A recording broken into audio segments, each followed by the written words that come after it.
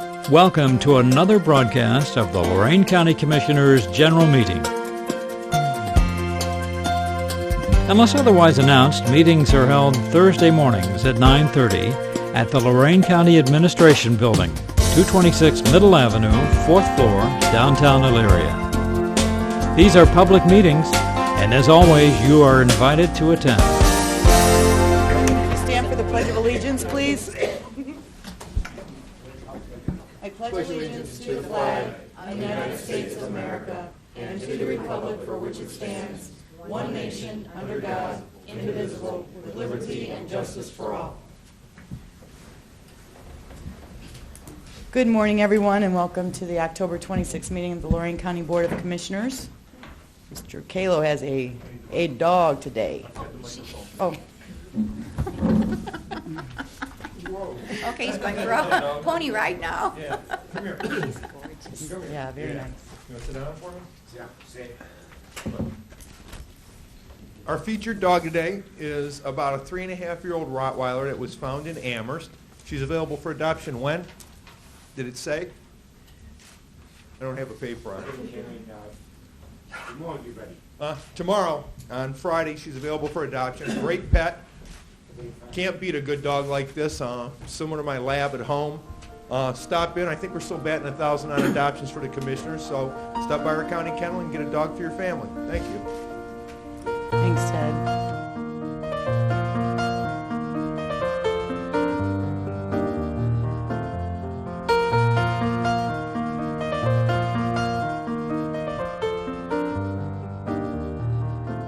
Down the hallway. Didn't like you very well, that's sure. Okay, our thought for the day. The really tough thing about true humility is that you can't brag about it. Okay, Teresa.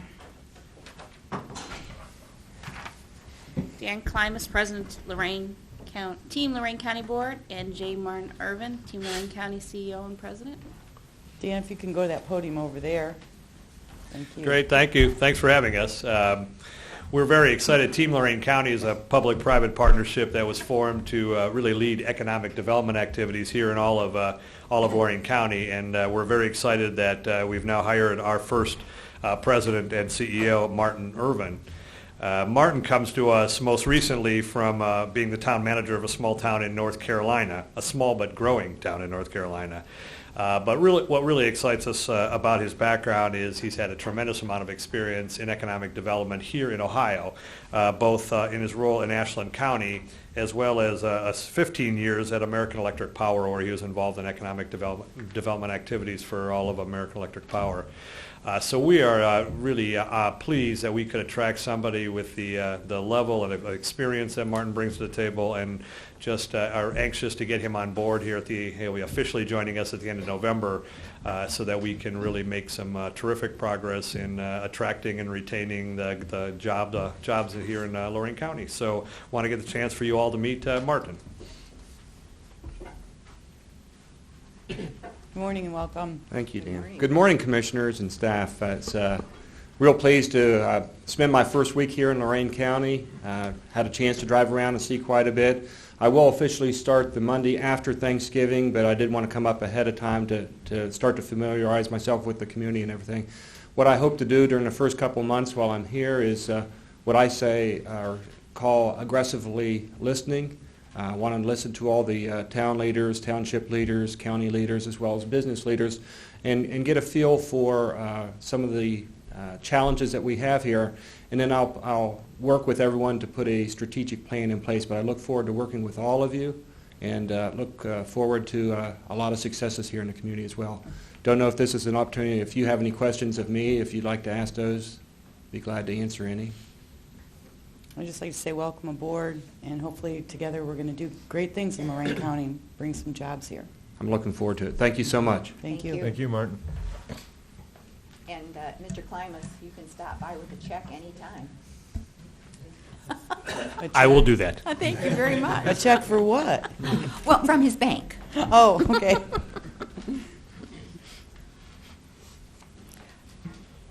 We're moving on to our annexation hearing.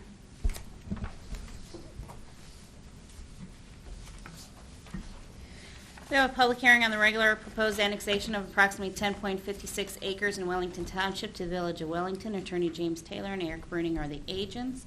This petition and map were filed with the Board of Commissioners on August 21st. Letters were issued on August 24, 2006 to Mark Stewart, Lorain County Auditor, and Ken Carney, Lorain County Engineer, for review and accuracy. August 25th, received affidavit from Attorney Bruning notifying the residents. On the 28th of August, certificate of filing from County Auditor was received on submitted petition. August 30th, also received an affidavit from Attorney Bruning notifying the clerks. August 30th, a letter was received from the County Engineering reviewing said petition in original lot 23 of Wellington Township to the village.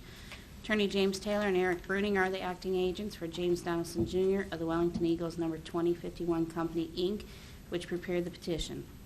The Eagles are the sole owner of said parcel to be annexed. This proposed annexation description consists of one parcel of record which does follow the map and description and is adjacent and contiguous to the Village of Wellington. September 7th, Board of Commissioners received and journalized said petition by Resolution 06680 and scheduled a hearing date for today, which is the 66th day. September 11th, the certificate of filing was received from the County Auditor on said resolution. September 29th, received an affidavit of notice to publish in the Chronicle Telegram on September 27th. And October 4th, resolution number 2006-39 from Village of Wellington indicated services to be provided or make available to the territory within 30 days after annexation. And then this morning, I received from the agents a letter from Wellington Township dated September 19th opposing the annexation from the property of the Wellington Township. Thank you, Teresa. Jerry, would you like to swear anyone in that's desiring to give testimony today? Anybody who believes they're going to give any testimony with regard to this, if you'll please stand and be sworn in. Do each of you swear or affirm that the testimony you shall give today shall be the truth as you shall answer unto God or under penalty of the law of perjury? I do. Would you like to make comments? Commissioner, do you want me to kind of take the lead on this? You or- absolutely can. Okay, the first thing we need to do is identify the parties here. And Mr. Brunick, you're here on behalf of the petitioners? That's right, Mr. Ennis. My name is Eric Brunig, 409 East Avenue, Elyria. Okay. Jim Taylor and I are here on behalf of the petitioners. We're co-agents for the petitioners. Jim Donaldson is here from the Wellington Eagles. He is the one who actually signed the petition, authorized by board resolution of the Wellington Eagles to do so, and he is representing them, and he can answer any factual questions you may have about the property. Okay, is there anyone here from Wellington Township? All right, is there anyone here on behalf of the Village of Wellington? Okay, just as a preliminary issue then, is there anybody here that has any challenges or questions regarding the signatures that have been submitted on the petition? Okay, then it's okay for you to proceed, Mr. Brunick. The clerk has indicated that she has reviewed the procedural documents in, and I have also reviewed those and would concur with her that the necessary filings are presented, but if you want to review those, to put those on the record and then get to the merits of the issue, that would be. Thank you, Mr. Ennis. I will do that very quickly. And first of all, good morning, Commissioners, and Good morning. thank you. It's nice to see you again. And this time, last time you saw us, we probably made things a little complicated for you. I'm going to try and make it a little simpler today. That helps because we've only got a 10-acre parcel, 100% of the property owners, in this case, directly contiguous to Wellington. Teresa did go through the procedural requirements. I'm just going to go hit a couple of key points real quick and then get to the merits for you. Again, this petition, in this case, 100% of the property owners, Wellington Eagles is the only property owner on a 10-acre parcel immediately contiguous to Wellington. We filed along with the petition an accurate map and plat, which has been reviewed by the county engineers. We've done the necessary notices to the village and the township, both within 10 days after we received a date from the clerk regarding the time and place of this hearing that we're now at. We did file notice in the Chronicle Telegram. That notice was, publication of the notice was completed, and then we did file that affidavit of publication within 10 days afterwards. County engineer did file their report 25 days prior to this hearing as required under the code, and the municipal ordinance from the Village of Wellington providing services was filed prior to 20 days before this hearing. So all the requirements procedurally of the code have been met at this point. That ordinance from the village also did include approximate date when those services would be provided, specifically within 30 days after this annexation is approved, if that is the case. So with that, since Teresa went over that in detail and I just skimmed over it, I'm going to go ahead and hit the merits of this real quick for you guys. As you know, you've done this a few times before, so you probably know pretty well the requirements at this point. One of the requirements is that the territory is not unreasonably large. In this case, we've got 10.56 acres of land. Size can be construed as far as geographic characteristics of the land, shape, size, all are included in that. This one, it's almost rectangular. No islands or peninsulas in the township are formed. There's no separation between the township, anything that's going to be left over, and what we're annexing. It's going to be just a block of land immediately adjacent. Nothing irregular, no interruption of services. It's going to be within the same type of character as the surrounding village and the township. As of right now, there's just a vacant house on the property. The client does plan on using that just for a short period of time. What's going to happen, just so you know, is that their current facility, the Eagles, they are going to be kind of kicked out of that. You probably are aware of the rerouting of 58 that's going through, and they are going to lose their current facility at some point in the next 5-6 years. So they're trying to prepare for that and have a new facility prepared for when that does occur. So that will be somewhat of a commercial area. They're going to put a new banquet hall facility there eventually, and that's going to kind of fit in with the area along 58 where that annexation would take place.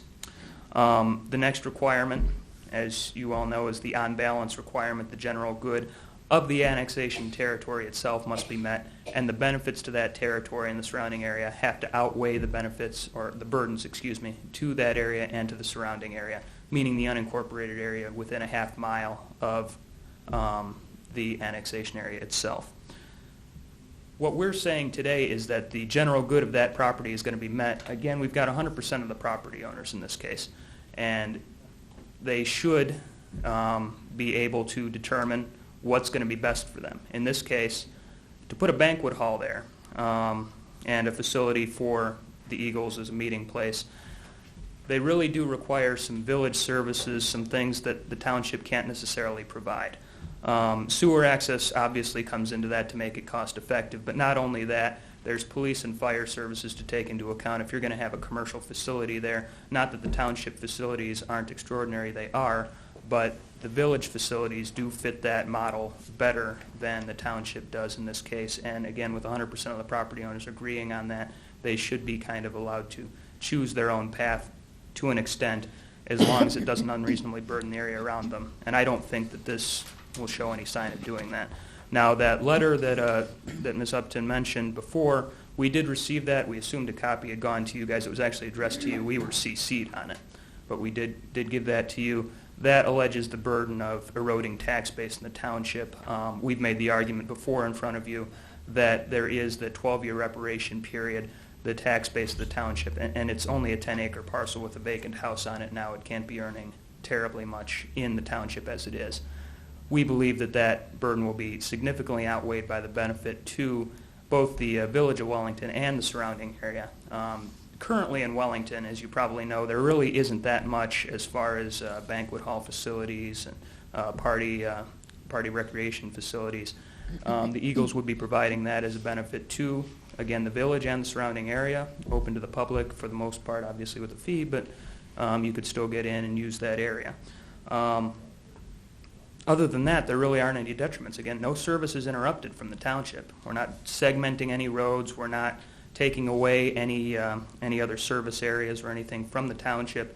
There's going to be no problem getting their fire and their fire trucks or anything like that to other areas of the township. The no islands, peninsulas rule comes into play again with that.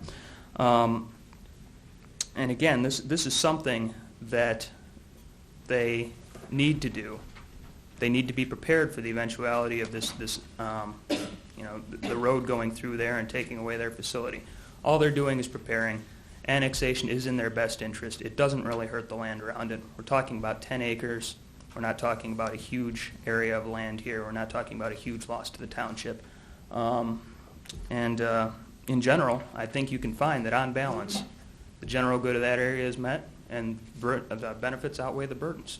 And unless you have any other further questions for me or for Mr. Donaldson, I think I'll just end it with that.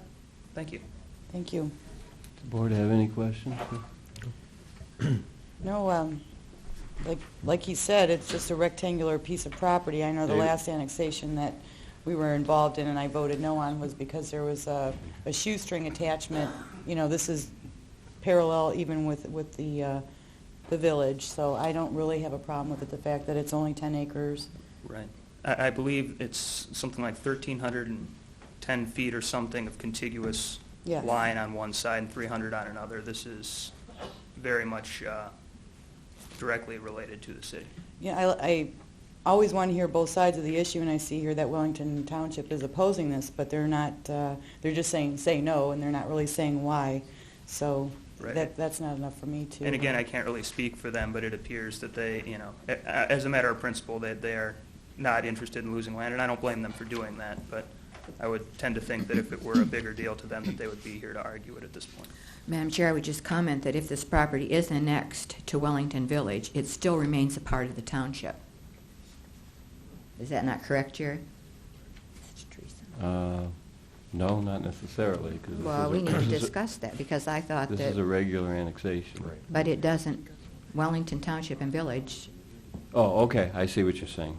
You're right. doesn't- Wellington Village as a whole is still in the township. yes. Okay, you're right. So it's still a I'm part sorry. of the township. Right, okay. David, we'll get to you, but I need to go in an order here. Mr.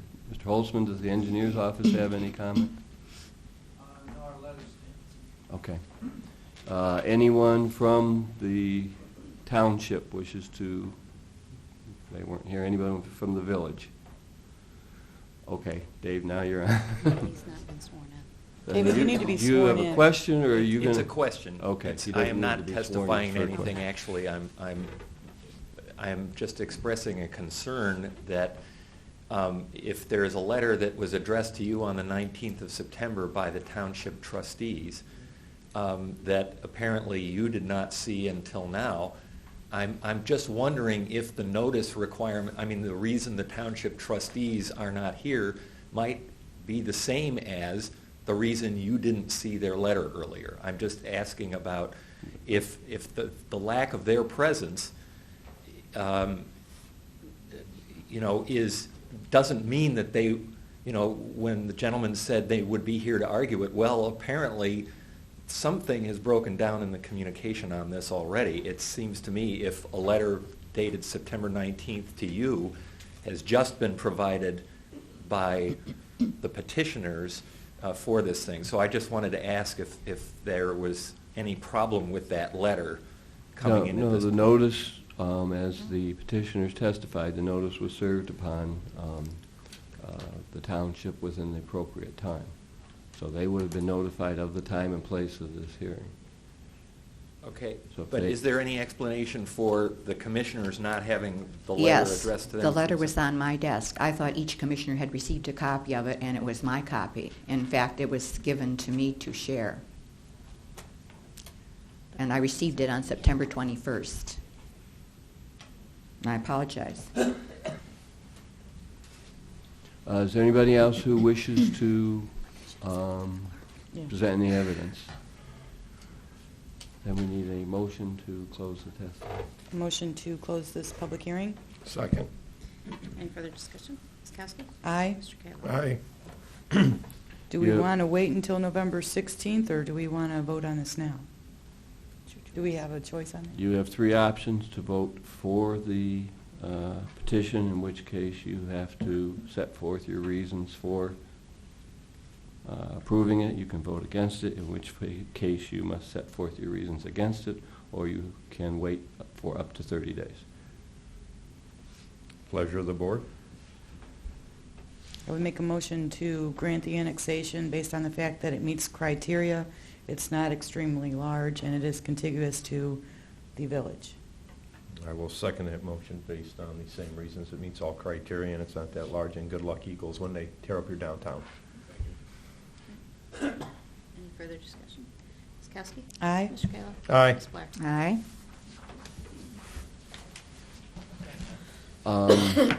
Eric, there's just one thing I would ask you to do. If you would make some contact with the village has to make a resolution accepting this, and we're trying to coordinate that with the auditors, records, and the Board of Education, although since they're already in the township, it won't make any difference. But if you would ask them when they pass their resolution to get a copy to Teresa or me, so that, I'll be in contact with Mr. Bond today.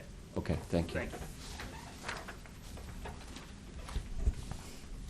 Under Resolutions Number 1, Job and Family Services Bills. So moved. Second. Discussion. Ms. Kowski? Aye. Mr. Kayla? Aye. Ms. Blair? Aye. Investments. So moved. Second. Discussion. Ms. Kowski? Aye. Mrs. Blair? Aye. Mr. Kayla? Aye. Appropriations. So moved. Second. Discussion. Ms. Kowski? Aye. Mr. Kayla? Aye. Ms. Blair? Aye. Transfers. So moved. Second. Discussion. Ms. Kowski? Aye. Mrs. Blair? Aye. Mr. Kayla? Aye. Advances and repayments. So moved. Second. Discussion. Ms. Kowski? Aye. Mr. Kayla? Aye. Ms. Blair? Aye. Requisitions. So moved. Second. Discussion. Ms. Kowski? Aye. Mrs. Blair? Aye. Mr. Kayla? Aye. Travel expenses. So moved. Second. Discussion. Ms. Kowski? Aye. Mr. Kayla? Aye. Ms. Blair? Aye. Bills. So moved. Second. Discussion. Ms. Kowski? Aye. Ms. Blair? Aye. Mr. Kayla? Aye. Under the Commissioners, authorize various personnel actions as indicated on the summary for employees within jurisdiction of Lorain County Commissioners. Commissioners, at this time I'd like to request an executive session to discuss potential new hires, update you on ongoing labor negotiations with one of our bargaining units, possibly talk about an update on a potential matter of litigation, and a potential purchase of real estate. All subjects covered under the allowable topics in accordance with the Sunshine Law. Thank you. Instruct the clerk to advertise for bids for toilet paper, paper towels, trash liners, and cleaning products to the Administration Building, Office Services, Correctional Facility, Golden Acres, and Job and Family Services. Notice will be published in the Chronicle Telegram on November 3rd and 10th. And bids to be open at 2 p.m. on November 17th in the Commissioners' Public Hearing Room. So moved. Second. Discussion. Ms. Kowski? Aye. Mr. Kayla? Aye. Ms. Blair? Aye. Notify Lorain County Safe Harbor, Inc., DBA Genesis House, a shelter for victims of domestic violence. They are eligible for release of funds in the estimated amount of $75,000 collected as part of marriage license fees and annulments, divorces or dissolution fees pursuant to Ohio Revised Code 2303.201 and 3113.3339. So moved. Second. Discussion. Just as a matter of discussions, divorces, dissolutions, and annulments outnumbered the license fees this year. Statistics are not good. Is that dissolutions or disillusionment? Both. Practice makes perfect. Ms. Kowski? Aye. Mrs. Blair? Aye. Mr. Kayla? Aye. Under Community Development Department, award contract to Larry's Roofing Oberlin in the amount of $7,095, which includes a 10% contingency for any unforeseen change orders for a grant for Linda Hamilton at 4441 Larry Avenue, Sheffield Township. This was the only bid received and will be paid from CDBG account. So moved. Second. Discussion.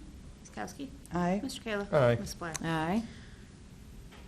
There's going to be a correction on this number 14. We're not going to do the very last one, the FY03. Authorize reimbursement of Lorain County the cost of salaries for operating the CDBG through the Ohio Department of Development as follows. FY 2000 from account, I'm going to say other expenses in the amount of $26,022.72 for salary reimbursement and $222.50 for general office expenses. And FY01 from account other expenses in the amount of $33,820 and 69 cents for salaries reimbursements and $3,527.11 for general office expenses. So moved. Second. Discussion. Ms. Kowski? Aye. Ms. Blair? Aye. Mr. Kayla? Aye. Support the CDBG Economic Development Grant application submitted by John Wynn LLC and Johnson Aviation Company, the Ohio Department of Development, in the amount of $128,000. The total off-site infrastructure cost is $246,000 and will create 12 new full-time equivalent jobs. So moved. Second. Discussion. Commissioners, just for a point of clarification, so it may be obvious to us, to not everybody else, this is the condo hangar project out at the Lorain County Airport. We've slowed that project a bit to get into this funding stream. The project is alive and well and is progressing nicely, but we want to make sure that we capture any available funding to reduce the overall cost. So that's what this grant's for, and it's nice that we're creating these jobs out at the county airport. So a little bit slower than the board wanted, but we're still making it happen. How soon before we'll receive a grade that we get this money or not? If they approve or disapprove? I thought when I talked to Rebecca and Ronnie's here, I thought we'd probably know in about 4 to 6 weeks. We're already somewhat in the queue on this. They're just waiting for the paperwork, correct, Mr. Twining? Right. We've already submitted a preliminary, and it's probably going to be 6 to 8 weeks. If it's faster than that, that's fine, but before the end of the year. Okay, thank you, Ron. Ms. Kowski? Aye. Mr. Kayla? Aye. Ms. Blair? Aye. Under Golden Acres, approve and enter into software contract with Point Click Clear Cleveland in the amount of $11,100 for the clinical and financial support effective December 1st, 2006 with a 30-day cancellation clause. So moved. Second. Discussion. Ms. Kowski? Aye. Mrs. Blair? Aye. Mr. Kayla? Aye. Under Job and Family Services, approve and enter into various agreements for purchases of merchandise cards for school clothes and clothing-relating accessories for low-income children using the TANF funds, and authorize the Director of Job and Families to execute on behalf of the prosecutor's approval as to form for one, J.C. Penney Incentive Sales, Inc., Illinois, in an amount not to exceed $792,675, and Target and Larry in the amount not to exceed $792,675. So moved. Second. Discussion. Madam Chair, I would just like to hear a little explanation of this since it's such a large dollar amount. Mr. Doug Blackler's here.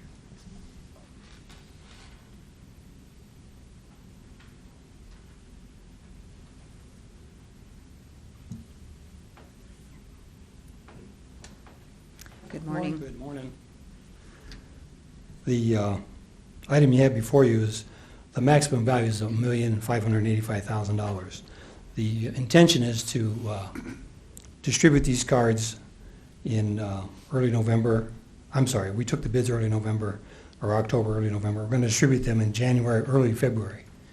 And as you can see, we had 3 bids, and we selected 2 providers. And the providers we selected are based upon the criteria that we used in the RFP. And one of our main concerns is that the cards are used specifically for clothing-related items or school-related items. And we've got assurance from these 2 providers that's going to be the case. They provide training to their staff so that we don't have any problems with the clients using the cards for improper purchases. The cards go to the parents of these children? Right. These are for children from the ages of 5 to 17, this particular program.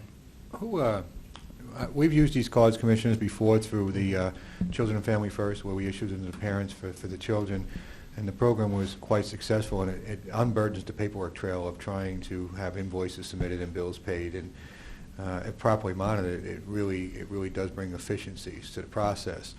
But who would be doing the auditing? I'm sure that there's got to be something in place.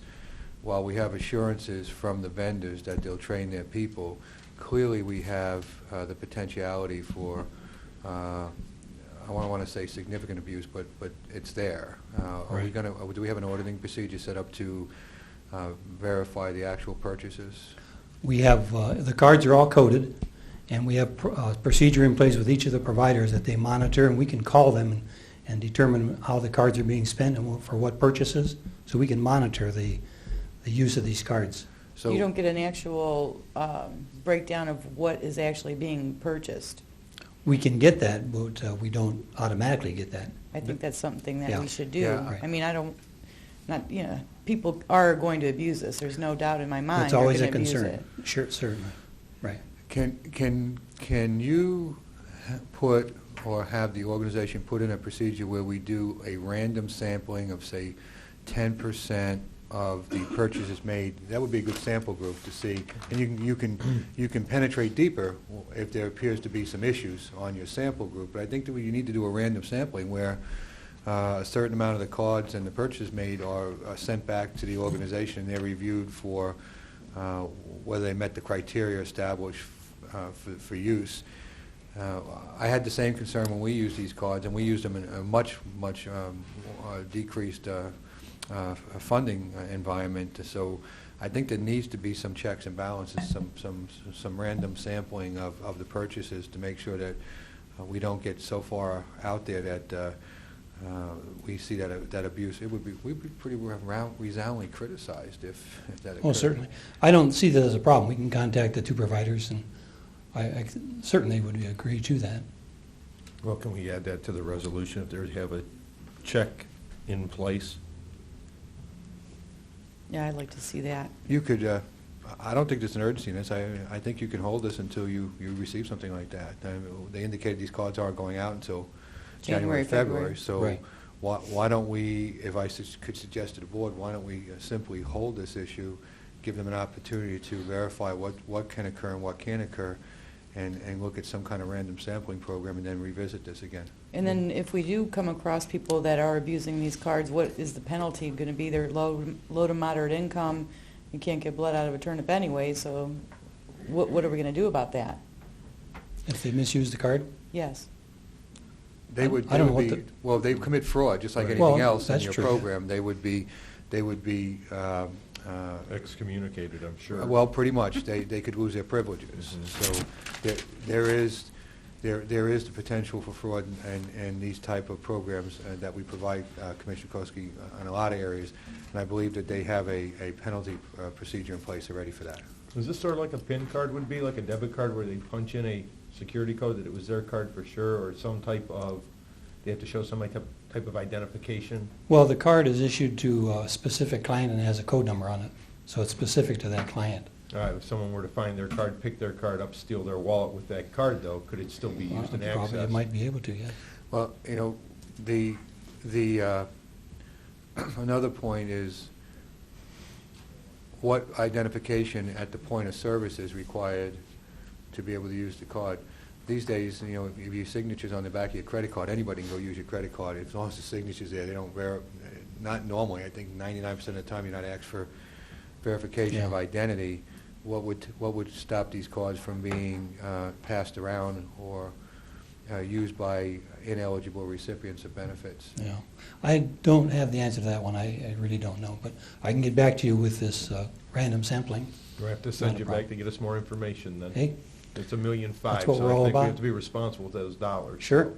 That, and I think we need to take a serious look at point of service identification issues.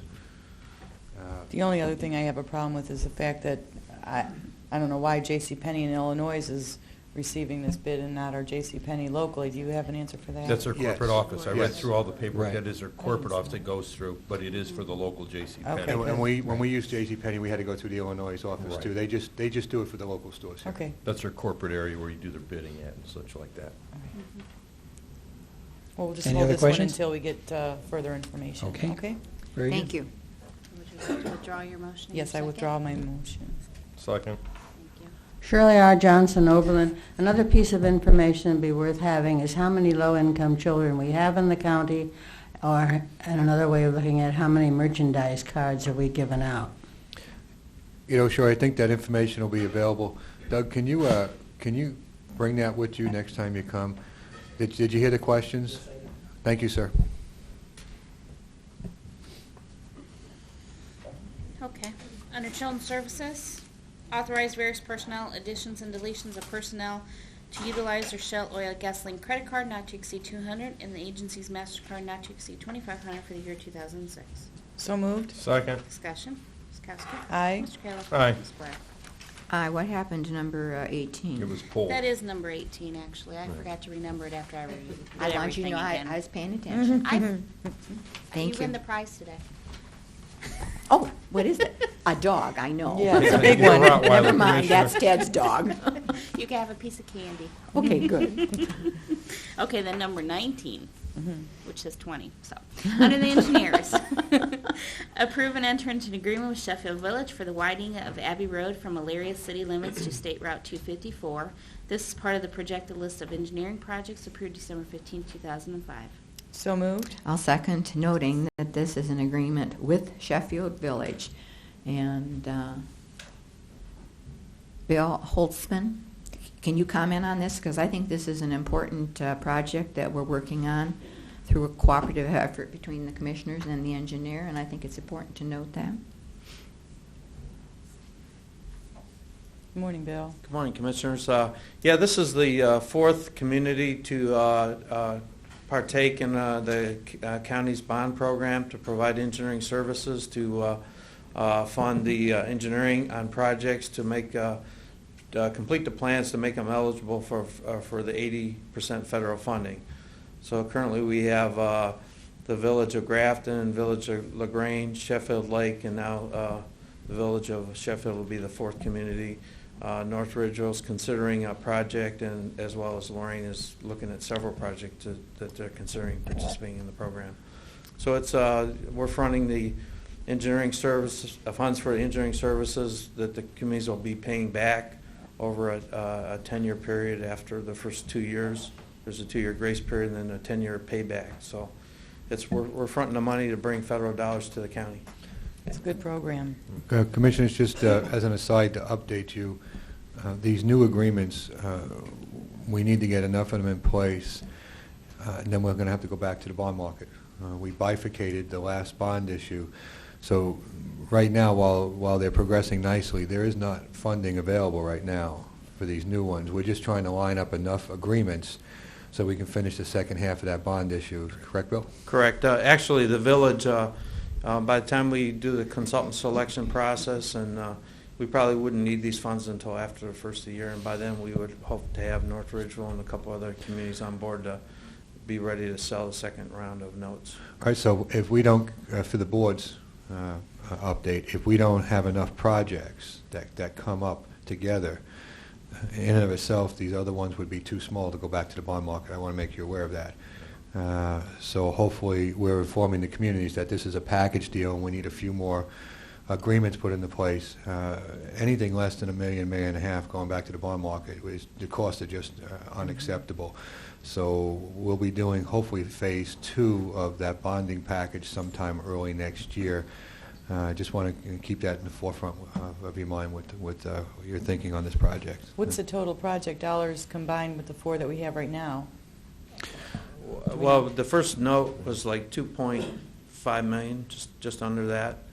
This one is $300,000, and then, like I said, the one with North Ridgeville is around $700,000, and then Lorain's considering, upwards of $1 million. We'll probably be looking at in the area of about $2 million worth of projects. So once they capture enough of those together, and I would even suggest that if we're able to capture around $1.5 million, and there doesn't seem to be any additional need, I would recommend that we did the $1.5 million. But we need to be in that $1.5 million range to make it economically feasible. Okay. Thanks, Bill. Thank you, Bill. Thanks, Bill. Ms. Kowski? Aye. Ms. Blair? Aye. Mr. Kayla? Aye.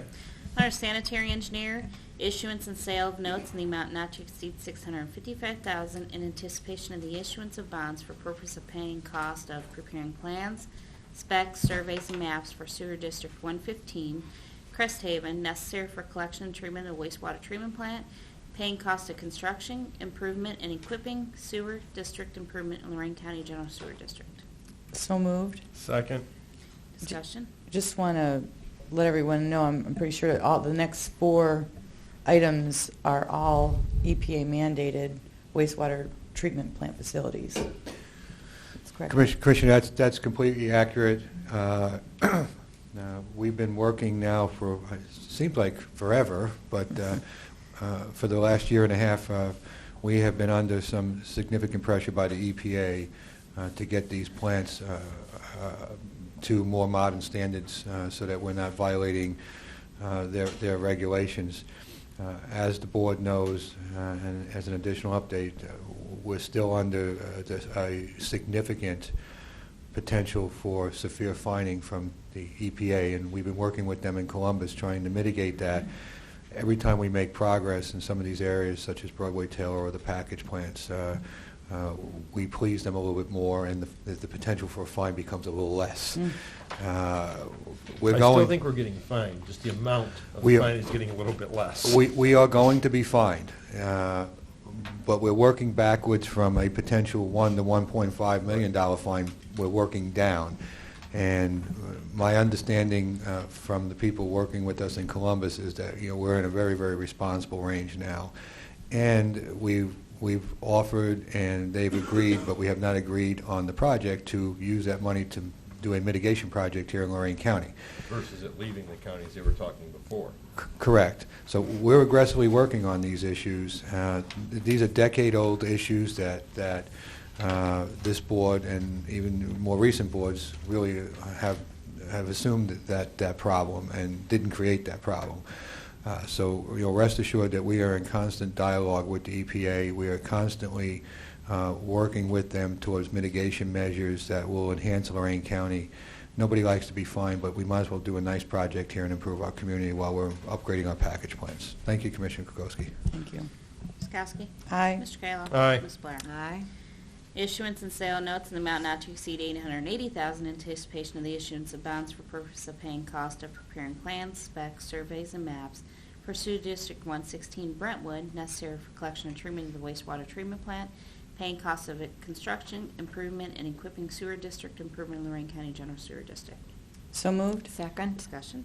Ms. Kowski? Aye. Ms. Blair? Aye. Mr. Kayla? Aye. Excuse me. I'm sorry. Issuance and sale notes in the amount not to exceed $1,320,000 in anticipation of the issuance of bonds for purpose of paying cost of preparing plans, specs, surveys, and maps for Sewer District 117 Eden Estates necessary for collection and treatment of wastewater treatment plant, paying cost of construction, improvement, and equipping sewer district improvement in Lorain County General Sewer District. So moved. Second. Discussion. Ms. Kowski? Aye. Mr. Kayla? Aye. Ms. Blair? Aye. Issuance and sale notes in the amount not to exceed $1,345,000 in anticipation of the issuance of bonds for purpose of paying cost of preparing plans, specs, surveys, and maps for Sewer District 118 Westview necessary for collection and treatment of the wastewater treatment plant, paying cost of construction, improvement, and equipping sewer district improvement in Lorain County General Sewer District. So moved. Second. Discussion. Ms. Kowski? Aye. Ms. Blair? Aye. Mr. Kayla? Aye.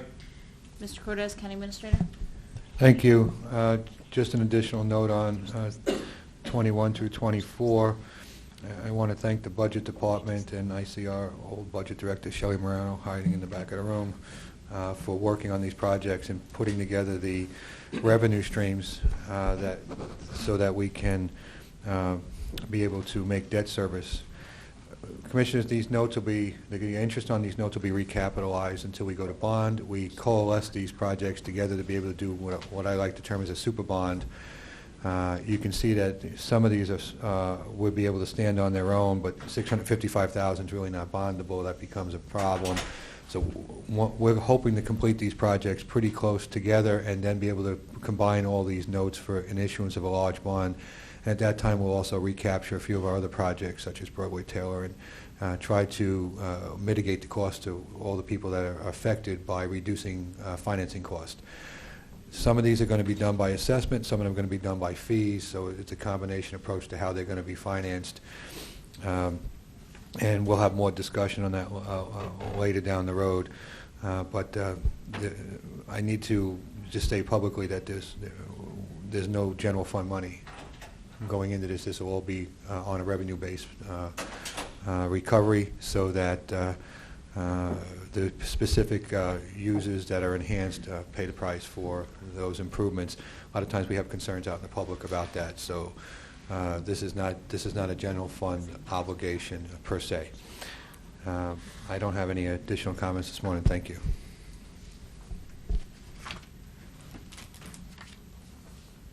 Mr. Ennis, Assistant County Prosecutor.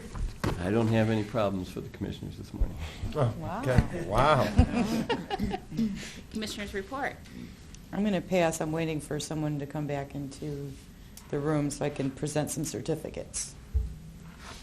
Had the opportunity on Monday to accompany Roy Church from Community College and Martin Irvine, the new Team Lorain County CEO, to the local newspapers, the Journal and the Chronicle. We met with Mr. Cole to do a meet and greet so he could get familiar, and we dropped off resumes of Martin's accomplishments over the years. I think very exciting for Team Lorain County to find a gentleman with his qualifications. He worked with the utilities company in the Columbus area doing economic development, which is very popular in the southern half of our country where the utility companies are out there actually bringing companies in, negotiating rates. He has a very good background, and I'm very happy to have him on board. Also, last Thursday after our commissioners meeting, we went through our NIMS training, National Incident Management. Did you pass? Yes, I did pass. I passed too. Did you pass, Did Betty? you pass, Betty? Yes, I did. Okay, Thank we all you. passed, so we're all qualified in case of a, tragedy in Lorain County. We know who's going to be our boss. Yeah, I'm going to be the boss. Okay, you're the Well, pres. that goes with your title as That's right. president. And also last night, I'd like to thank CHIP, the Coalition for Hispanic Latino Issues in Progress. They put on a very nice debate with all of the candidates running for office. I'd like to commend what they were able to put together. It was very nice. Thank Yeah, I you. was doing a nice job. Commissioner Blair? Thank you. I would like to announce, and I believe that there's some copies of this announcement made available for the press, that the third annual Mike Whitmore Vision in Government Award was presented at our summit last Friday. And this is the news release. This is part of Mike Whitmore's legacy as the original coordinator of the Lorain County Community Alliance was his unique ability to productively bring diverse groups of people together and enable them to see the bigger picture. This year, the Alliance presented the Mike Whitmore Vision in Government Award to Ronald Twining, director of our Lorain County Community Development Department, recognizing his ability to maintain the balance between rural and urban, between industrial and residential, and between controlled growth and expansion. While maintaining these delicate balances, he is involved in projects that serve as a testament to his belief in the county's potential.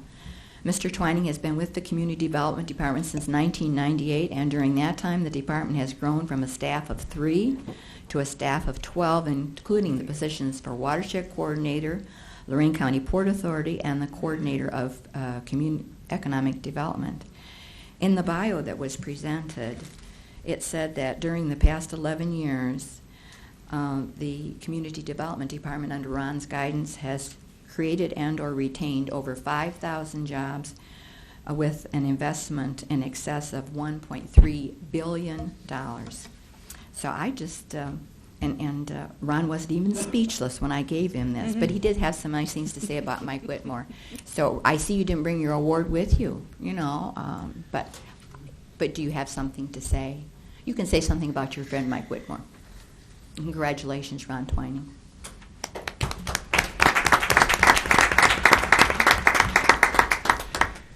Thank you, and I do accept that on behalf of the county commissioners, county administrator, and the staff. They did all the work.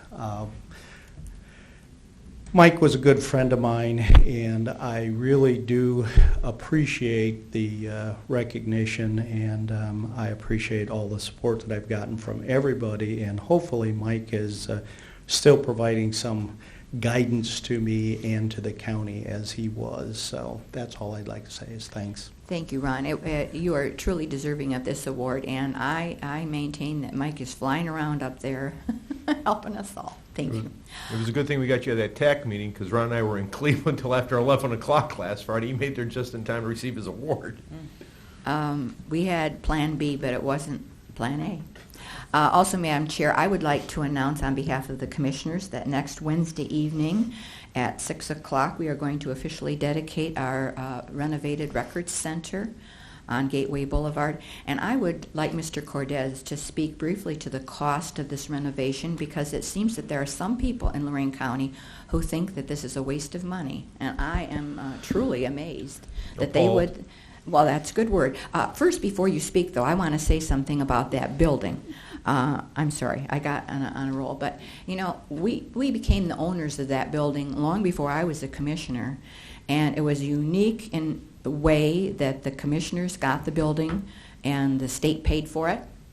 And when it was all done and paid for it, we got it and it's ours. And that's the same funding mechanism that we used to purchase the Cook building on North Ridge Road.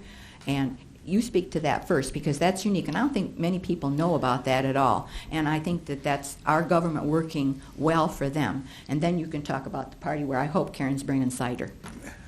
We'll bring anything you want, Commissioner. A couple things. Let me expand upon what you said about the state paying for a building, and it's uniquely coincidental that I had this discussion just last week with Mary Lugolsky about how old our building is on North Ridge and how long we have left on that particular building with our notes and what some of our future thinking should be in the coming years. When it comes to Job and Family Services and some of the other quasi-state, quasi-county organizations that the state funds, they will pay for improvements, upgrades, purchases of facilities to house them, and it's over a period of a number of years. So what you do is you bond out the work, and then the state reimburses you on that indebtedness. The counties that are very progressive, what they do is, for lack of another term, they play the shell game with some of these agencies, and they move in, they take an older facility, they renovate it, make it a community resource and asset, and then in about 15 years or so, they start thinking about moving that agency someplace else, and they use that facility for another purpose that improves the community. So it's a way of bringing state dollars into the community to upgrade some facilities that may just end up staying unfilled. That was what was done with the Gates building originally, way back in the early 80s, I believe. And then the board took an aggressive step to move them over to 254. And if anybody can think back to the early 90s, that was the old Cook's building and the total disrepair and unsightly facility that had become sitting in the middle of Sheffield Township. In fact, I think that's Elyria Township, excuse me, on that side of the road. Elyria Township. It stood vacant for 10 years. The board took a bit of a beating at that time over that, but you can see the beautiful facility that's still there and the dump that it was before. Not only did it provide better facilities for the staff, employees, and the residents of Lorain County that go there for services, but it also should have been, and really wasn't sold at the time, as an urban redevelopment project of that facility. So that's how that building was paid for. That's how the Record Center, which was formerly the Gates building, was paid for, and that benefits the general fund and all the taxpayers in Lorain County. As for the Record Center, Commissioner Blair, you and I go way back on the Record Center. It's one of your first initiatives where I want to say back in 1994 we started squirreling away a couple acorns towards putting a Record Center in. The Gates building had been evacuated by Job and Family Services and was sitting vacant at that point, and the board allowed the seniors to move into the second floor of the building. The third floor was vacant, the whole lower level was vacant, and then we had 911 and EMA on the back end of the building. Back in 1994, you started putting some emphasis on having a county record center, which was greatly needed because most of our records were sitting in damp, dark, wet basements around Elyria where we were renting spaces, and we were in terrible shape with our records retention. I think that we saw a light of day on that project beginning sometime in 1995. It was bless you, Commissioner. It was thought to have a record center in the former Gates building because we had that space, and we started out there by trying to move in what I want to call all the garbage we had in multiple locations within Lorain County. I had my doubts that we were ever going to get a record center. I mean, we had a lot of junk, and our shelves consisted of, old wooden pallets that were termite eaten with boxes that were wet sitting on top of them, and it was quite an undertaking. And I think we even have pictures from those days. And I should go back and look because I'd like to put them out at the groundbreaking and ribbon cutting for the new facility. But we pushed ahead, and I was amazed at the progress that was made. And then we developed more need. We didn't have a lot of buy-in from a lot of the departments, and as the staff over there, and Lynn Wallace in specific, stayed focused and pushed the program, we were gaining more and more and more work. And then we upgraded the technology, and we got more work and more departments buying in to where we got to the point where we now have some of our political subdivisions wanting to come there and wanting to work with us on records retention, so we had to come up with a fee schedule. And I think that progress is going to continue. We overran the facility about 3 years ago, and we needed significant upgrades, and that's when we approached the board and we started saving money for this particular upgrade to the facility. And the recommendations that were made to this board, and a new board at the time, was that we needed to do this so that we had at least 5 or 10 years worth of capacity at the record center. We could do something less expensive, but that was only going to move us a few years forward. The thinking was by the board, if I recall correctly, was that you wanted to have at least 5 to 10 years before we had to go back in there and think about technology and or physical facility upgrades. I'm believing that right now our costs are about $1 million to $1.1 million on the upgrade. We did talk about spending in the neighborhood of $1 million to $1.2 million and getting 5 to 10 years, and I think it was money well spent. Let me add that we're committed to that building. We need to be committed to that building because we have our EMA department and our I-1 department in the back. So walking away from the facility or allowing it to deteriorate any further was not an option, as the previous board had, and actually 2 previous boards back, had committed to the EMA 911 expansion in the back of the facility. So that building needs to be maintained in a state that will enhance our services that are back there. We need to make it we needed to make it a very valuable building, and the building is 80 years old, so it requires some tender loving care. And when you renovate a building that old, you're going to have increased cost. One of the things we had to do is we had to get down in the basement and we had to reshore all the floors. We had to, because of the weight. I don't think people realize how much records weigh. Now we're digitalizing and we're microfilming, but we still have some paper records and archive records that have to be stored, and they're tremendously heavy. So a lot of that cost was to take a facility that was not suited to do this and make it suited to do that, so that we can have 5 to 10 or possibly 20 to 25 years from that facility. That's where a lot of those costs came from. And I think the community as a whole has been greatly enhanced with the Record Center. We're going live online with our records soon. We have some of that already, but we have another big program that we're going to launch at the beginning of the year that will allow more public access to the materials that are over there. And we are open to the public on a regular basis, so they can come in and they can review the archival records there, and those records databases grow on a regular basis. Plus, we have a tremendous relationship with the county recorder. And integrating those records with her department also. So it was money well spent for the community. And we did do some aesthetics to the front of the building that needed to be done. The building was, well, quite frankly, it was ugly. It's a beautiful building, but the landscaping and the things that have been done, and for how long we had that little old rotted barn out there and sitting in the front of the gateway into Elyria. So the board also took another step to make sure they beautified the area while they were making the repairs to the building. And I think you're to be commended to all the commissioners, and I hope that you're very pleased with what you see when we have our ribbon cutting. For any non-believers, come on down Wednesday, 6 p.m., November 1st. Thank you, Madam Chair.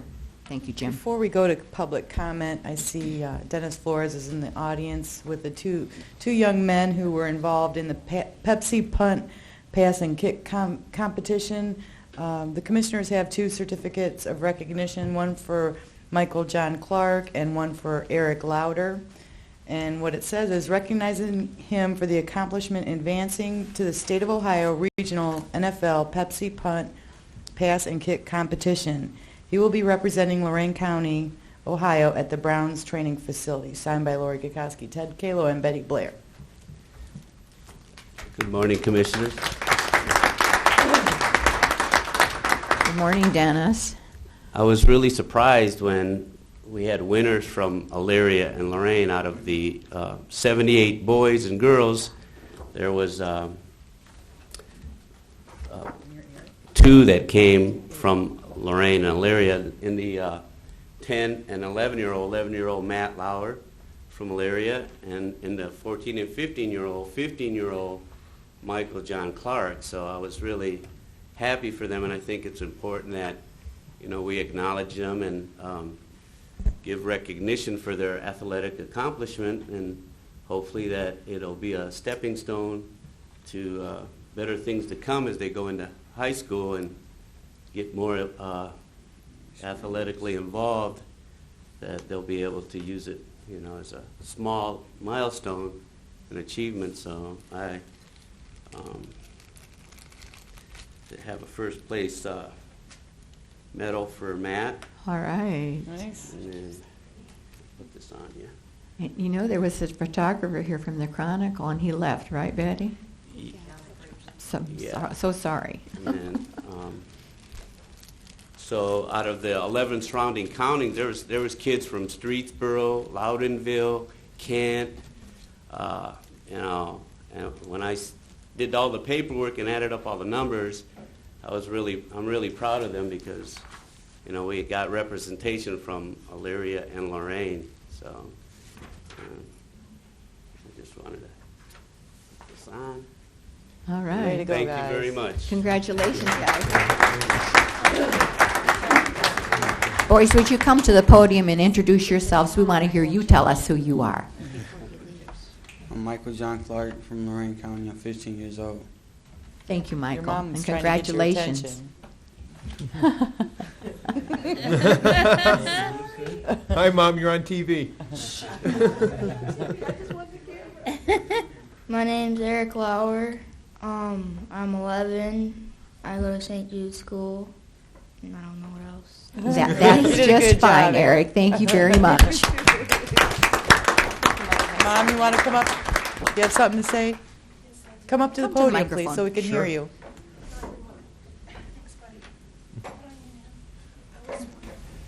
I was wondering if it'd be possible if I could have the young men come up so I can take a picture of them in front of you guys. Sure. Sure, send them up. Come on, boys. Guys, Bring your footballs. bring your ones. Thank you kindly. You're Thank welcome. you for bringing the boys. You want to go down in front? You want to of go them? down here? Yeah. Go wherever you like. I know, I'm killing you, but it'll be all right. It's just one picture, and guess what? I'm going to blow this one up. I might not get this chance again.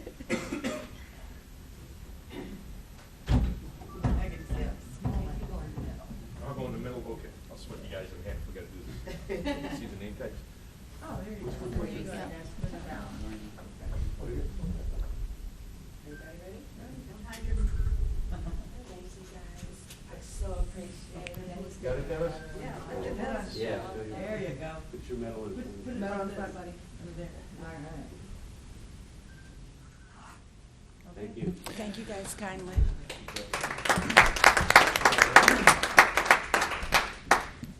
And now, Dennis, if you would be so kind as to, are those digital cameras that you have? Yes. If you would be so kind as to share pictures with us, on behalf of the board, I believe that we will be able to provide you DVD copies of this meeting so that you can have them. So why don't we do a swap? All right, would somebody make sure? Email them to the clerk. Well, Tony, would you capture the information we need to do that, please? I'll have a couple DVD copies made out, and I'll send them out, and they'll have them for the future to remember they were here, okay?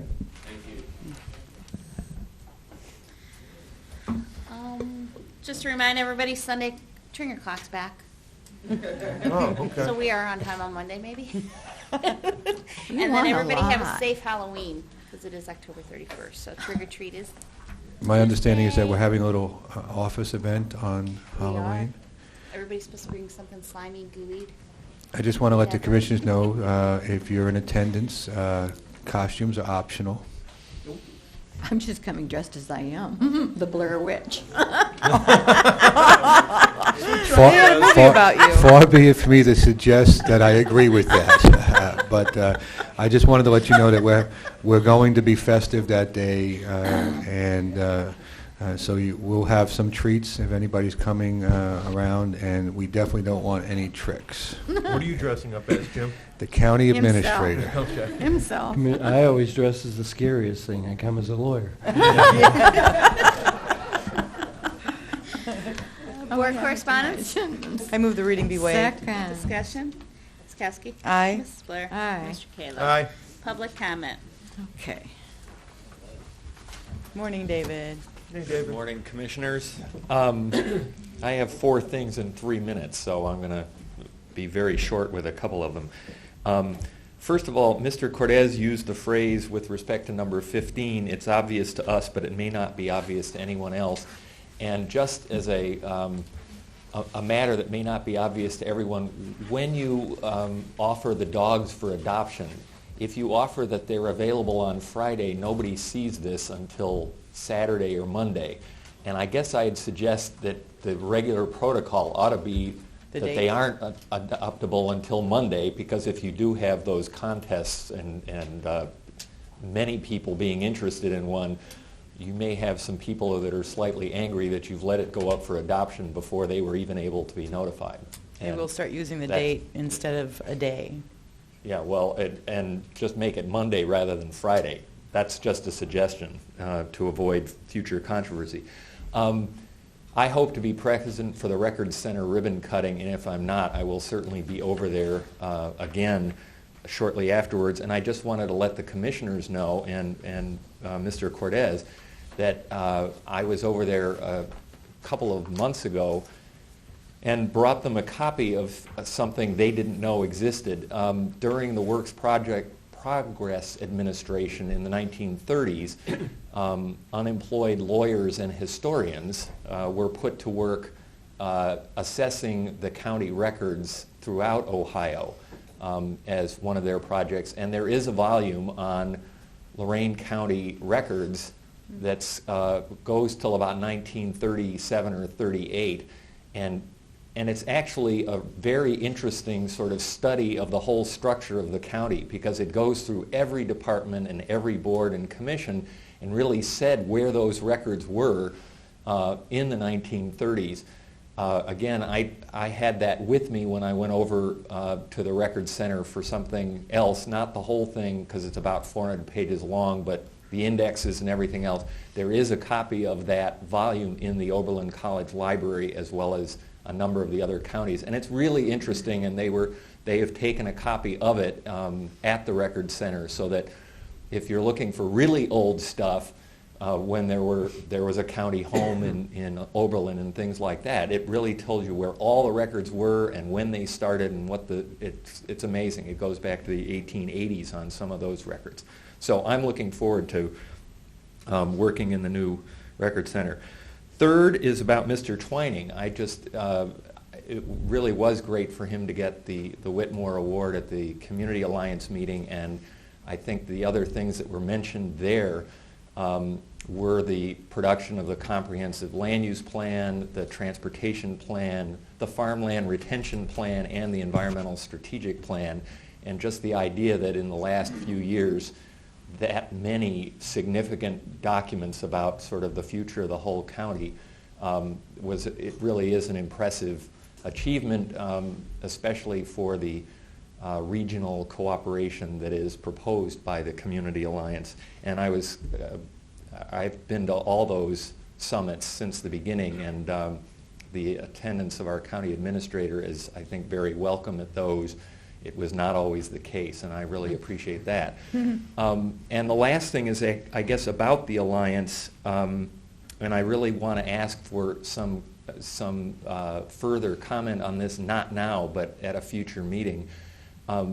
Commissioner Blair, in speaking about the Alliance at the meeting, talked about the end of a contract and some effect on the staffing of that alliance beginning the 1st of November. And I think, that was not something where all the alliance members were in attendance, and it was sort of a small announcement, and I have some feelings about it, but I don't even know exactly what happened there, and I just hope at a future meeting we can hear a little more about the future of the alliance. And I think we will, David. Did you want to say something about that, Jim? Just a couple segues. Because it hasn't been decided. Right. A couple segues. First, I'm glad David brought up the summit, and for the Board of Commissioners, Ed Morrison was in, and he is a very progressive thinker and gets around to several states. And the positions that he promotes, and he has a very large organization that works with him on that, is intergovernment cooperation and the integrating of the various resources into what we've done here with Lorain County Growth Partnership. I will tell you that the comments from him during and after the meeting were that Lorain County is way out in front of everybody else in thinking of how to bring their resources together and amplify those resources to make a powerful statement of cooperation and collaboration. It's really nice to know that we're out in front. You know, a lot of times we're looking for the taillights, trying to think we're having to catch up, and quite frankly, you should look in the rearview mirror because we're putting distance on the people that aren't doing it. And I was very pleased with his comments. Commissioner Blair was there, and Commissioner Kalo, you were at Nowaka, and unfortunately, Commissioner, you were ill that day. So those are very pleasing things when they occur, and that came out of the summit. And the other thing for David on the Community Alliance, well, clearly that'll be up to the Community Alliance Board, but I've been having some initial discussions with Shara Davis on making some proposals to the Community Alliance Board about a few things. Obviously, you know, funding is always an issue with the Community Alliance, and there's some thinking now that it may be at the point where the county and the college can make some recommendations to the board on potentially what may be able to be done with the Community Alliance and taking it to maybe the next level, and how to incorporate that more fully into the Lorain County Growth Partnership. And we'll be bringing some stuff back to the Community Alliance Board for their review and further discussion. So it's an issue that's being addressed, and it's not sitting on the sidelines. But it's going to take a little bit of time to be able to develop those alternatives. Shara Davis is not back at PSI more fully until next week, but we have already met twice to discuss making some progressive recommendations to the various stakeholders with regard to that operation, and hopefully we'll be able to take it another 10 years. Is that suitable, Commissioner Boyle? Thank you. Thank you. Anyone else wishing to address the board? Seeing no one, I move that we go into executive session. Second. Ms. Kowski? Aye. Mr. Kayla? Aye. Ms. Blair? Aye. Unless otherwise announced, meetings are held Thursday mornings at 9:30 at the Lorain County Administration Building, 226 Middle Avenue, 4th floor, downtown Elyria. These are public meetings, and as always, you are invited to attend.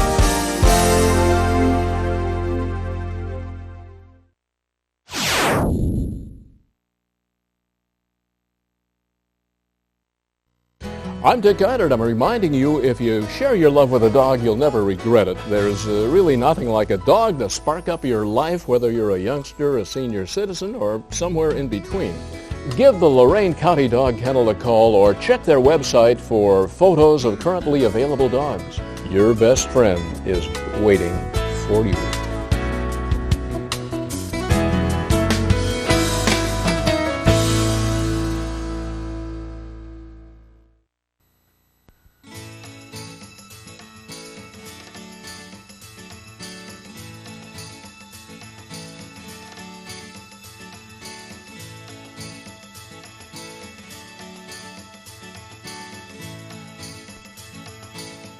In 1787, the Continental Congress organized the lands from the Ohio River to the Mississippi into the Northwest Territories. In 1803, the first of these territories to become a state was Ohio. Ohio was in turn divided into various land grants, including the Connecticut Western Reserve in the northeast corner of the state. The Western Reserve included the area that is today Lorain County. As Ohio gradually increased its counties to the present 88, the land we know as Lorain County went through several changes. Until 1810, the area was split between Geauga and Portage counties.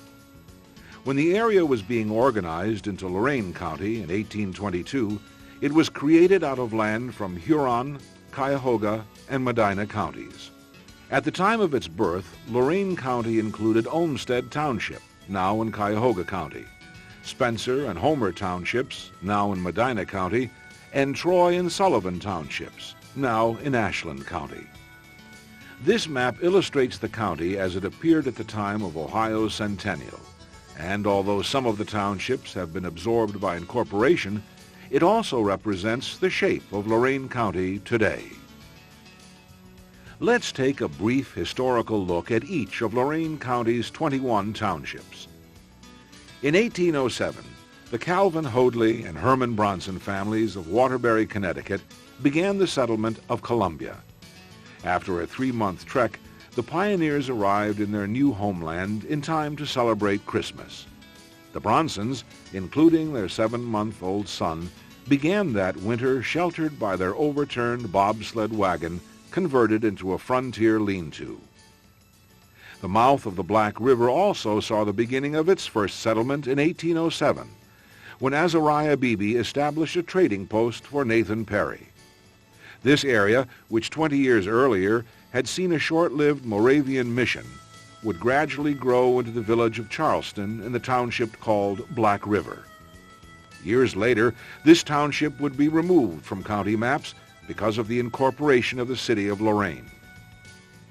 Charleston adopted the county's name of Lorain when the city was incorporated in 1874. The dramatic growth of the city was spurred on by the expanding fishing and shipbuilding industries. In 1894, when Tom Johnson brought his steel mill to town, Lorain's destiny to be the county's largest city was assured. In 1813, the township of Ridgeville was officially organized. 3 years earlier, members of the Beebe, Terrell, and Root families had established this new settlement they called Rootstown. The change to Ridgeville was decided upon to indicate the sand ridges that passed through the area and provided transportation routes and fertile farmland.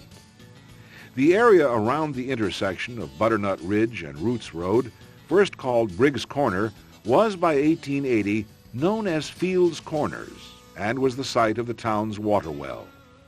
With the growth of the city of North Ridgeville, the township of Ridgeville was incorporated out of existence.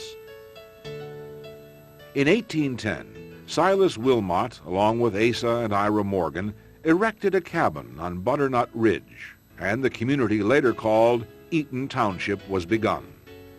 Wilmot married Chloe Hubbard of Ashtabula, and they were given the cabin, thereby becoming the township's pioneering couple.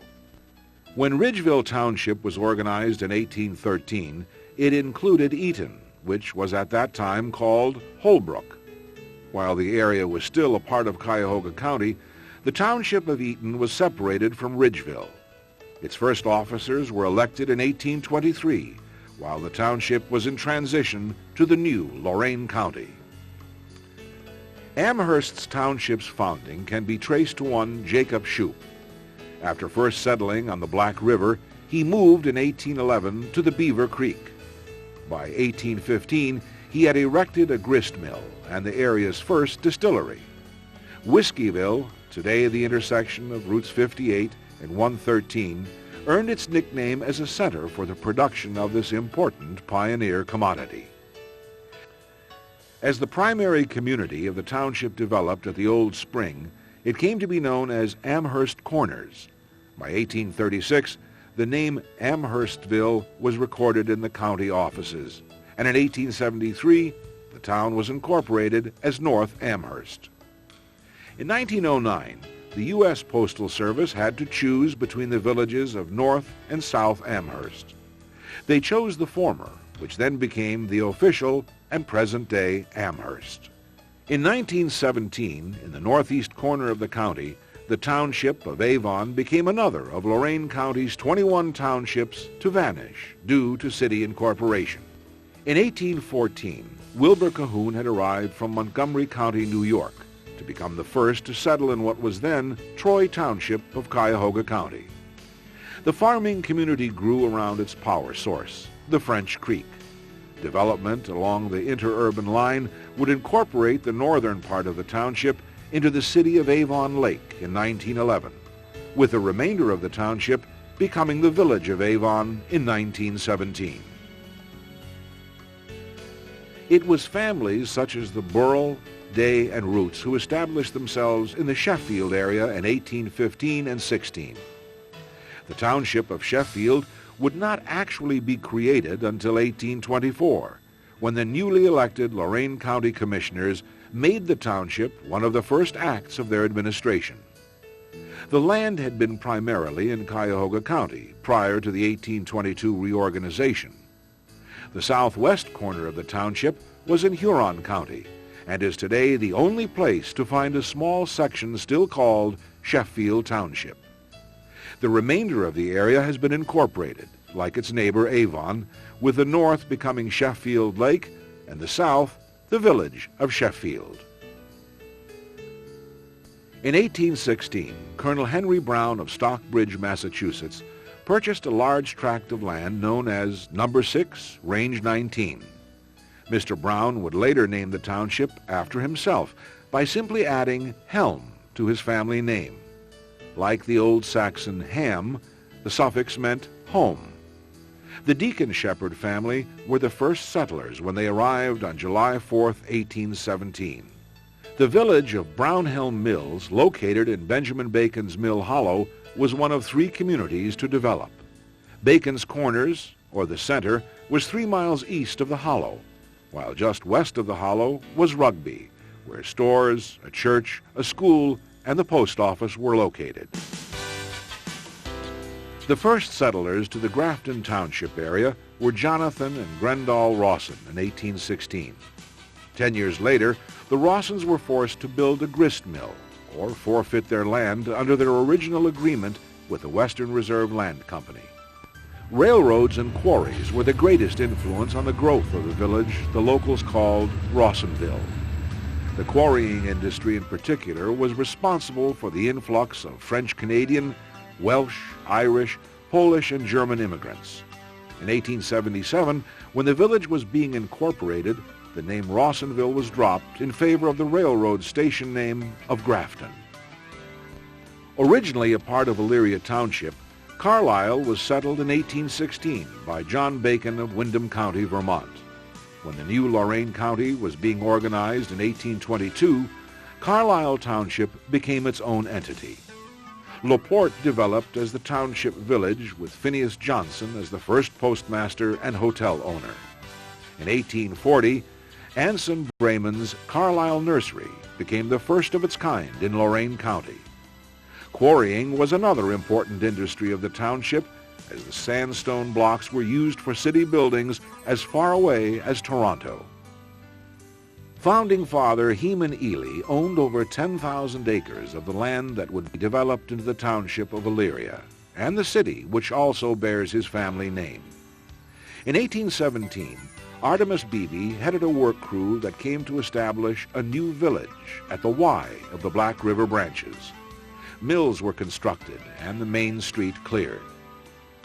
Beebe's crew also erected a home for Mr. Ely at Broad and East Bridge Streets, and a home for himself across the street, which became the Beebe Tavern.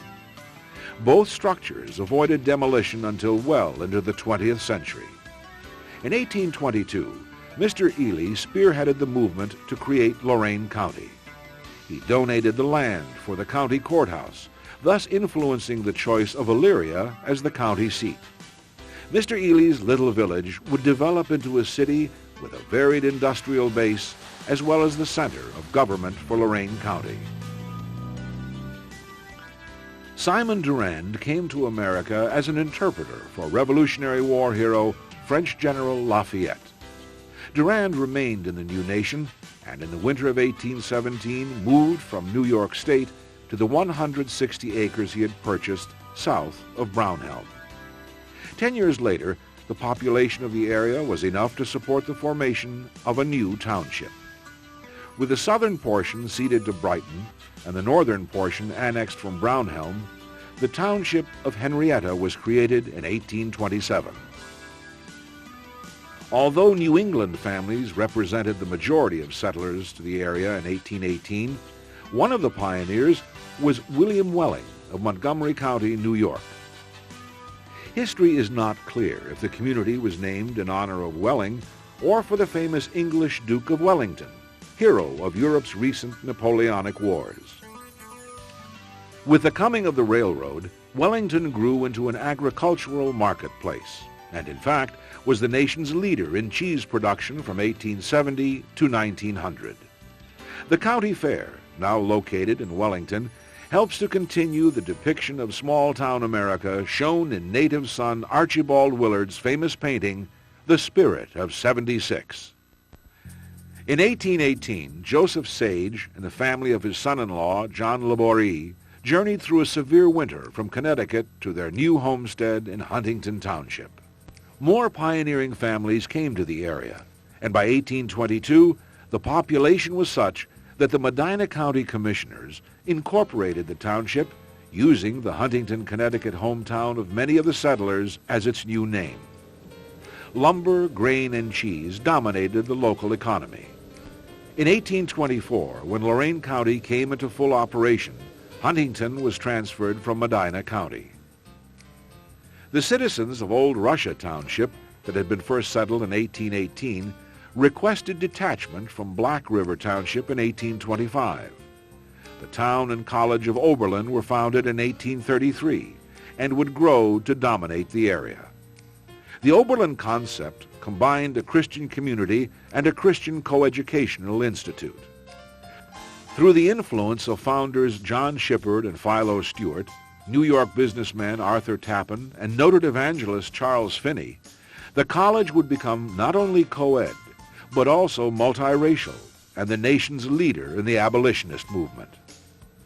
The independent spirit that created the first Russia Township was evident once again in 1992, as New Russia Township detached itself from Oberlin. In 1820, the Peter Penfield family began the permanent settlement of the area he had first selected in the fall of 1818. Penfield Township's organizational election was held in April of 1825. The first religious service was held in 1826, and the first school was in session in the summer of 1829. The township's first post office put the emphasis on post and not the office. As the Penfields lived well off the established mail route, a hollow tree near the river was used by the local residents for sending and receiving the mail. The township, with its fertile soil, grew into a part of Lorain County's rich agricultural heritage. In the fall of 1820, Abner Loveland, Jr. became the first permanent settler of Brighton. Within a year, the families of Joseph Kingsbury and Abner Loveland, Sr. had arrived, and the new community began to grow. With elections held in the spring of 1823, Brighton Township was being organized at the same time the area was being transferred from Medina to Lorain County. Like much of the new county, Brighton was essentially agricultural. Although Pittsfield's first settlers arrived in 1813, the area was considered too dangerous because of the British and Indian activity connected to the War of 1812. By 1820, the land was surveyed, and Milton Whitney became the owner of a large parcel. Whitney arranged for the Waite brothers of Russia Township to become the first permanent settlers in the spring of 1821. By 1831, there were enough residents to request that the county incorporate a township independent of Wellington. Pittsfield was chosen as the township's name to honor the Massachusetts hometown of many of the area's pioneers. LaGrange Township's first settler was Nathan Clark, who in the fall of 1825 established his new homestead on the east branch of the Black River. By the summer of 1826, 14 more settlers had arrived. The name LaGrange, which is French for the farm, was chosen to honor French General Lafayette, as it was also the name of his country estate. In 1827, the area was separated from Carlisle Township and reorganized with elections in April into the new township of LaGrange. By 1875, the center had grown into a village, also incorporated as LaGrange. The pioneer settler of the Camden area was Leonard Clark. Over the next 4 years, other families moved into the area, including Roswell Babcocks, who built the first frame house in 1833. Early on, the area was divided between Henrietta and Brighton townships. In 1835, the new township of Camden was created by the county commissioners and the first elections held in April of 1836. When the first post office was established in 1835, the community was called Panelise. The name was changed to Camden, then later to North Camden. In 1852, the Lake Shore and Michigan Southern Railroad called its station Binghamton, but that was soon changed as the town adopted the name Kipton. Kipton's more important connection to the railroad was a tragic collision in 1891. The wreck was instrumental in the creation of standardized or railroad time. Rochester was the last township within the present-day boundaries of Lorain County to be settled. Stephen Babcock brought his family from Massachusetts in the spring of 1832 to settle on land he had prepared the previous year. The area grew quickly, and by 1835, the commissioners formed a new township with the first elections held in April of 1836. The township's farming and related businesses grew with the population. By 1880, close to 700 citizens lived in the area. The population shifted from Rochester Center to Rochester Station when the Big Four Railroad came through the township. The small-town boom would turn to bust when the railroad eliminated Rochester as a scheduled stop. The depot would be used as a schoolhouse, as the home of the Rochester Rod and Gun Club, and today as the home of the Rochester Historical Society.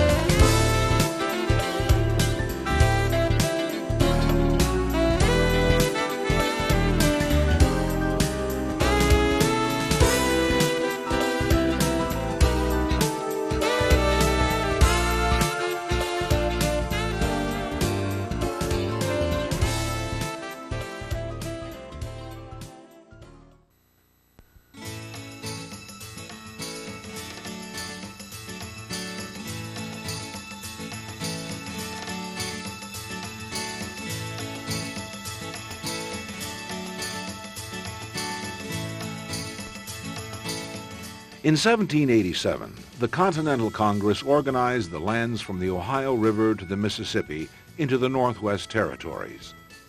In 1803, the first of these territories to become a state was Ohio. Ohio was in turn divided into various land grants, including the Connecticut Western Reserve in the northeast corner of the state. The Western Reserve included the area that is today Lorain County. As Ohio gradually increased its counties to the present 88, the land we know as Lorain County went through several changes. Until 1810, the area was split between Geauga and Portage counties. When the area was being organized into Lorain County in 1822, it was created out of land from Huron, Cuyahoga, and Medina counties. At the time of its birth, Lorain County included Olmsted Township, now in Cuyahoga County, Spencer and Homer Townships, now in Medina County, and Troy and Sullivan Townships, now in Ashland County. This map illustrates the county as it appeared at the time of Ohio's centennial, and although some of the townships have been absorbed by incorporation, it also represents the shape of Lorain County today. Let's take a brief historical look at each of Lorain County's 21 townships. In 1807, the Calvin Hoadley and Herman Bronson families of Waterbury, Connecticut, began the settlement of Columbia. After a 3-month trek, the pioneers arrived in their new homeland in time to celebrate Christmas. The Bronsons, including their 7-month-old son, began that winter sheltered by their overturned bobsled wagon converted into a frontier lean-to. The mouth of the Black River also saw the beginning of its first settlement in 1807, when Azariah Beebe established a trading post for Nathan Perry. This area, which 20 years earlier had seen a short-lived Moravian mission, would gradually grow into the village of Charleston in the township called Black River. Years later, this township would be removed from county maps because of the incorporation of the city of Lorain. Charleston adopted the county's name of Lorain when the city was incorporated in 1874. The dramatic growth of the city was spurred on by the expanding fishing and shipbuilding industries. In 1894, when Tom Johnson brought his steel mill to town, Lorain's destiny to be the county's largest city was assured. In 1813, the township of Ridgeville was officially organized. 3 years earlier, members of the Beebe, Terrell, and Root families had established this new settlement they called Rootstown. The change to Ridgeville was decided upon to indicate the sand ridges that passed through the area and provided transportation routes and fertile farmland. The area around the intersection of Butternut Ridge and Roots Road, first called Briggs Corner, was by 1880 known as Fields Corners and was the site of the town's water well. With the growth of the city of North Ridgeville, the township of Ridgeville was incorporated out of existence. In 1810, Silas Wilmot, along with Asa and Ira Morgan, erected a cabin on Butternut Ridge, and the community later called Eaton Township was begun. Wilmot married Chloe Hubbard of Ashtabula, and they were given the cabin, thereby becoming the township's pioneering couple. When Ridgeville Township was organized in 1813, it included Eaton, which was at that time called Holbrook. While the area was still a part of Cuyahoga County, the township of Eaton was separated from Ridgeville. Its first officers were elected in 1823, while the township was in transition to the new Lorain County. Amherst's township's founding can be traced to one Jacob Shoup. After first settling on the Black River, he moved in 1811 to the Beaver Creek. By 1815, he had erected a grist mill and the area's first distillery. Whiskeyville, today the intersection of Routes 58 and 113, earned its nickname as a center for the production of this important pioneer commodity. As the primary community of the township developed at the Old Spring, it came to be known as Amherst Corners. By 1836, the name Amherstville was recorded in the county offices, and in 1873, the town was incorporated as North Amherst. In 1909, the U.S. Postal Service had to choose between the villages of North and South Amherst. They chose the former, which then became the official and present-day Amherst. In 1917, in the northeast corner of the county, the township of Avon became another of Lorain County's 21 townships to vanish due to city incorporation. In 1814, Wilbur Cahoon had arrived from Montgomery County, New York, to become the first to settle in what was then Troy Township of Cuyahoga County. The farming community grew around its power source, the French Creek. Development along the interurban line would incorporate the northern part of the township into the city of Avon Lake in 1911, with the remainder of the township becoming the village of Avon in 1917. It was families such as the Burrell, Day, and Roots who established themselves in the Sheffield area in 1815 and 16.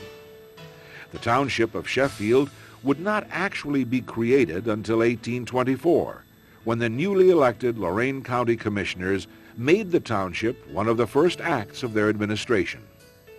The land had been primarily in Cuyahoga County prior to the 1822 reorganization. The southwest corner of the township was in Huron County and is today the only place to find a small section still called Sheffield Township. The remainder of the area has been incorporated, like its neighbor Avon, with the north becoming Sheffield Lake and the south the village of Sheffield. In 1816, Colonel Henry Brown of Stockbridge, Massachusetts, purchased a large tract of land known as Number 6, Range 19.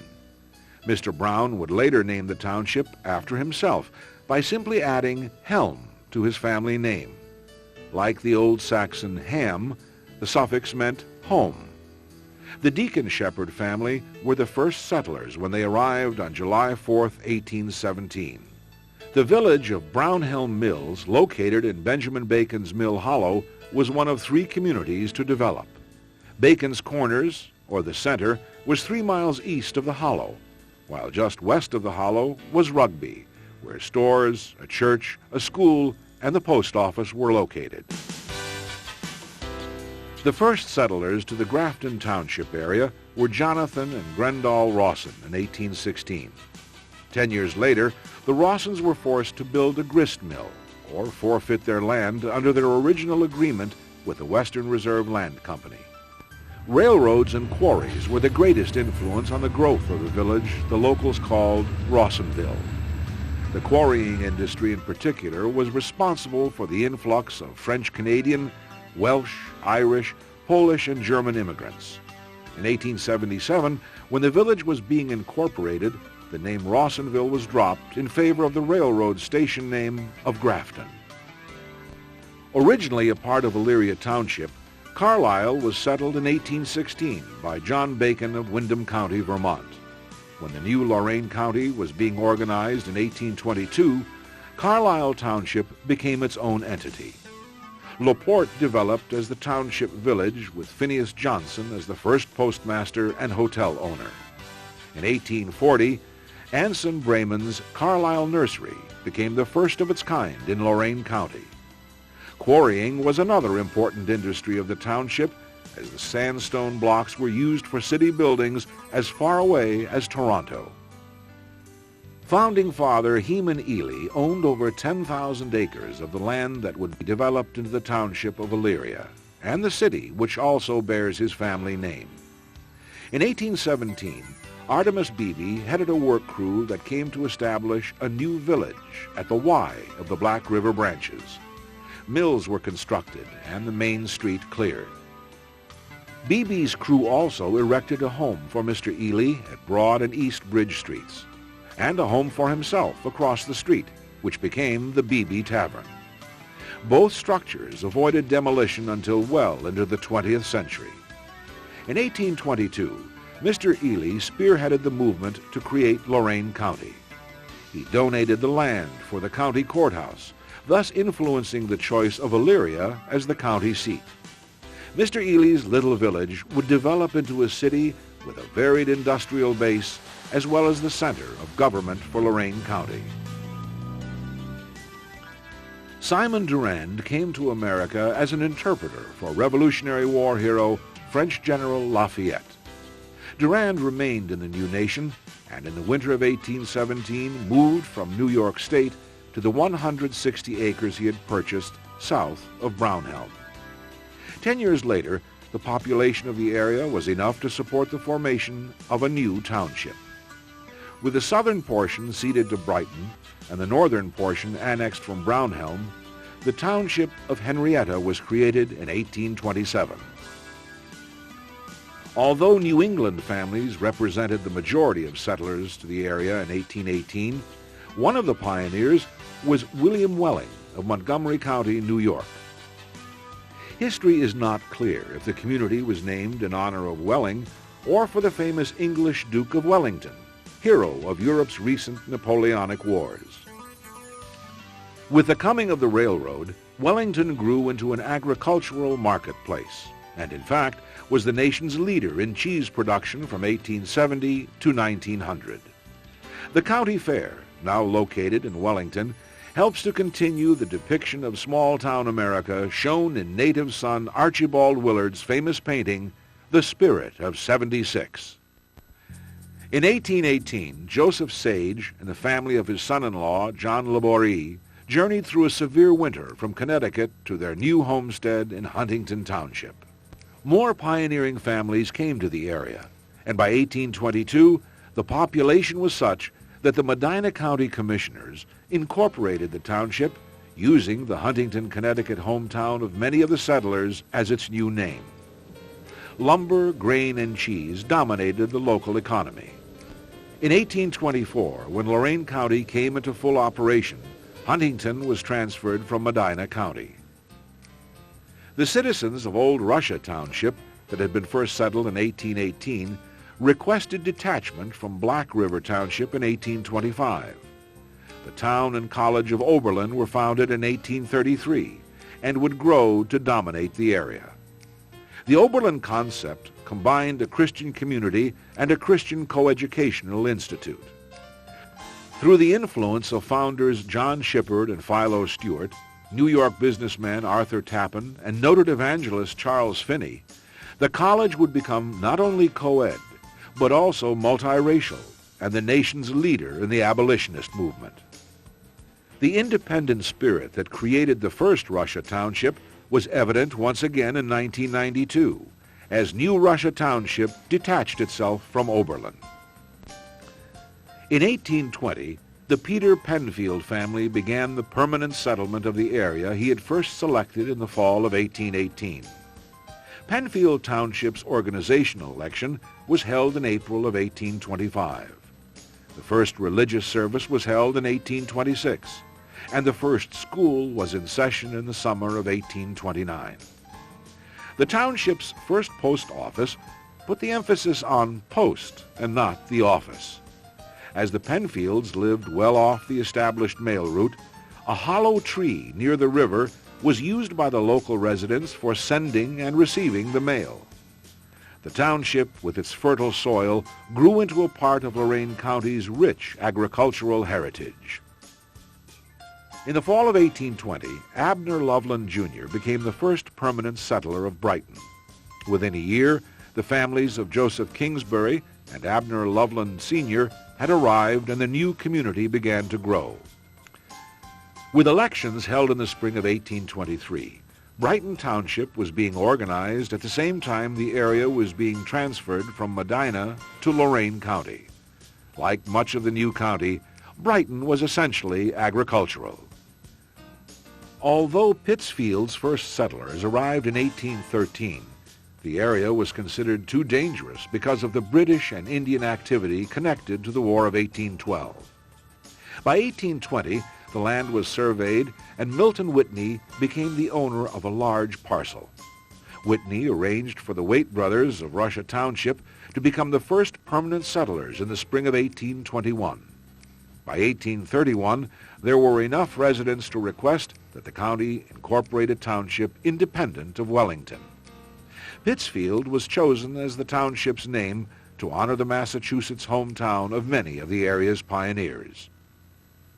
LaGrange Township's first settler was Nathan Clark, who in the fall of 1825 established his new homestead on the east branch of the Black River. By the summer of 1826, 14 more settlers had arrived.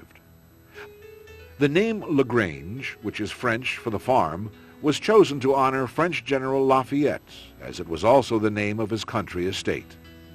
In 1827, the area was separated from Carlisle Township and reorganized with elections in April into the new township of LaGrange. By 1875, the center had grown into a village, also incorporated as LaGrange. The pioneer settler of the Camden area was Leonard Clark. Over the next 4 years, other families moved into the area, including Roswell Babcocks, who built the first frame house in 1833. Early on, the area was divided between Henrietta and Brighton townships.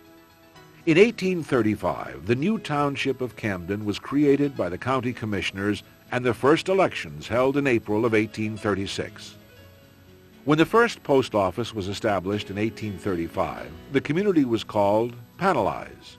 The name was changed to Camden, then later to North Camden. In 1852, the Lake Shore and Michigan Southern Railroad called its station Binghamton, but that was soon changed as the town adopted the name Kipton. Kipton's more important connection to the railroad was a tragic collision in 1891. The wreck was instrumental in the creation of standardized or railroad time. Rochester was the last township within the present-day boundaries of Lorain County to be settled. Stephen Babcock brought his family from Massachusetts in the spring of 1832 to settle on land he had prepared the previous year. The area grew quickly, and by 1835, the commissioners formed a new township with the first elections held in April of 1836.